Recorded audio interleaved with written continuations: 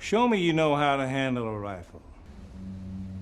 I won't touch a rifle, sir. Hacksaw Ridge is a powerful war drama based on the true story of Desmond T, a pacifist combat medic who served during World War II.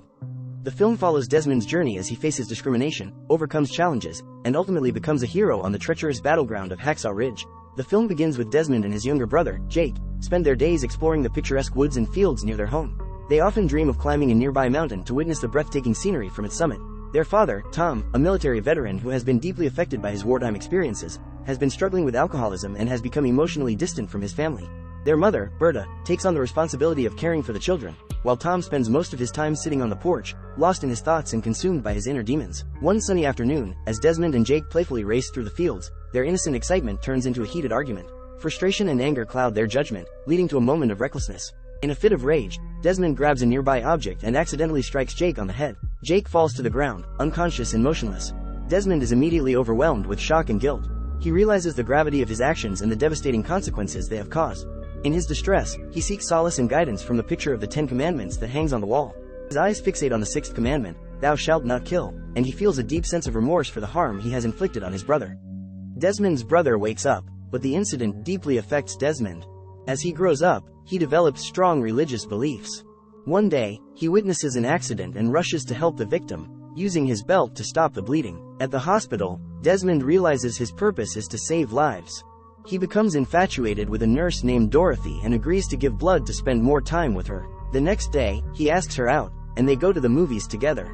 Meanwhile, Desmond's father opposes his brother's decision to go to war and kicks Desmond out of the house. Desmond continues his carefree life, spending time with Dorothy. He starts studying anatomy to become a combat medic. When he tells Dorothy about his plans, she initially objects, but eventually agrees and promises to marry him when he returns. In the cemetery, Desmond informs his father about his plans. Tom, being a World War I veteran, has witnessed the horror of and concerned about the potential dangers his son may face. However, Desmond has already decided. Soon, Desmond and the other recruits are taken to a preparatory camp. They line up in the barracks with Sergeant Howell as their commander, who gives them nicknames. They learn to tie knots and go through an obstacle course. Desmond encounters Smitty, a troublemaker, who pushes him off the rope. But Desmond's speed helps him come in first. At the firing range, Desmond refuses to pick up a rifle due to his religious beliefs. Sergeant Howell notices and takes Desmond to Captain Glover. However, the military mocks him and wants to discharge him for his beliefs. Back at the firing range, the sergeant tells the soldiers not to expect help from Desmond on the battlefield. In the evening at the barracks, Private Smitty tries to provoke a fight with Desmond, but Desmond chooses not to respond, and the conflict ends. The next day, Desmond is brought to a military psychologist who questions his sanity and tries to argue that owning a gun is mandatory for an American soldier. Unable to find a valid reason to discharge Desmond, the captain and sergeant decide to make his service unbearable in hopes that he will leave on his own. They assign him numerous duties, intending to make his life a living hell. Sergeant turns Desmond's fellow soldiers against him, leading to a violent altercation one night. However, Smitty, who doesn't understand why Desmond won't leave the army voluntarily, intervenes and stops the beating.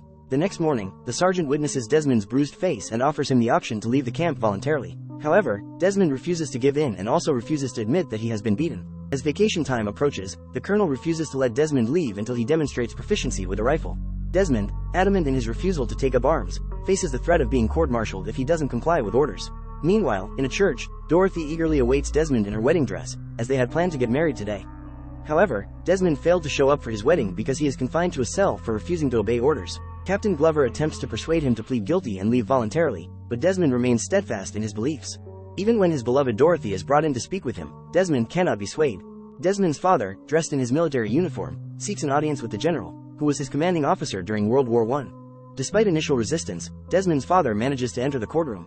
He presents a letter stating that, according to the Constitution, pacifists have the right to refuse to bear arms. The court ultimately rules that Desmond can continue to serve as a conscientious objector. The scene shifts to Okinawa in May 1945. Desmond, wearing a conscientious objector armband, marches alongside his fellow soldiers across the island. They encounter a convoy of battle-weary soldiers, wounded comrades, and fallen soldiers. In a solemn gesture, the soldiers remove their helmets to honor the fallen. The squad takes up residence in a house on the island. Soldiers from the former brigade join them, although only a few remain, including 2 medics. Desmond, along with the other medics, is advised to remove his distinctive bandage as the Japanese often target medics first. Their advice is rewarded with gratitude. The squadron receives orders to capture a strategic height on the island, and the ship's artillery begins its bombardment from a safe distance. As the cannons pound the area, the soldiers prepare to climb a net stretched across a steep slope. When the artillery barrage ceases, the soldiers start their ascent, crawling slowly up the netting. Upon reaching the top, they are met with a chaotic scene of explosions, fire, and smoke. The ground is littered with the bodies of fallen soldiers, both American and Japanese. The soldiers launch their offensive, fighting amidst the devastation. Amidst the chaos, enemy fire erupts, forcing the surviving soldiers to seek cover in the trenches. Desmond, displaying immense bravery, drags a wounded comrade to safety. Through successful maneuvering, the squad transitions from defense to attack. In the midst of the battle, Desmond finds himself under enemy attack, but Smitty comes to his rescue. Desmond rushes to help a wounded comrade whose legs have been injured in an explosion. Despite the orders from other soldiers to give him morphine and leave him, Desmond refuses to abandon his fellow soldier. He pulls the wounded man to safety and then returns to the battlefield. Amidst the smoke, Desmond notices a man lying on the ground and decides to help him. However, as the smoke clears, a group of Japanese soldiers appears. They are immediately met with gunfire from Desmond and his fellow soldiers. Captain Glover and Sergeant Howell's squad approaches a fortified bunker where the enemy is positioned. The commanders order the soldiers to flank the fortification. They use mortars and grenade launchers to destroy the building. Although some machine guns from other fortifications continue to fire, reducing their numbers, one of the fighters attempts to destroy the fortification but is killed by mortar fire. Smitty follows his lead and successfully throws explosives into the opening. Encouraged by their bravery, the American soldiers launch an attack, breaking through the defenses and engaging in close combat. In order to shield the injured soldiers from unintentional gunfire, Desmond tends to them and drags them to safety. The flamethrowers arrive from the side and destroy the enemy fortifications. With the battle over, the captain orders the soldiers to entrench themselves on the captured high ground. The sergeant arranges sentries and issues orders.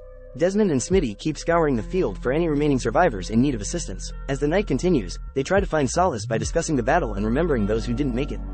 After helping another injured soldier to safety, Desmond and Smitty hide in a trench. Desmond reveals to his fellow soldier that he is a vegetarian and talks about a previous incident that influenced his dislike of guns. As morning comes, the Japanese soldiers launch a counterattack, using underground tunnels to approach from all sides. They overwhelm the American soldiers, forcing them to retreat in chaos. Captain Glover calls for artillery support, but Smitty is wounded. Desmond administers morphine to ease his pain and carries him to safety, but sadly, Smitty doesn't survive. Despite the artillery barrage, the Japanese successfully break through, forcing the Americans to abandon the high ground. Through the smoke, Desmond hears his injured comrades' cries. Without hesitation, he rushes to assist them. At the base of the hill, Captain Glover evaluates the terrible losses sustained by their squad. Desmond brings the injured soldiers to the edge of the cliff and uses a rope tied in a humorous knot that the sergeant had made fun of during training to lower them down. At the operations headquarters, Glover requests the bombing of the high ground to cease, as many of their own soldiers are still there.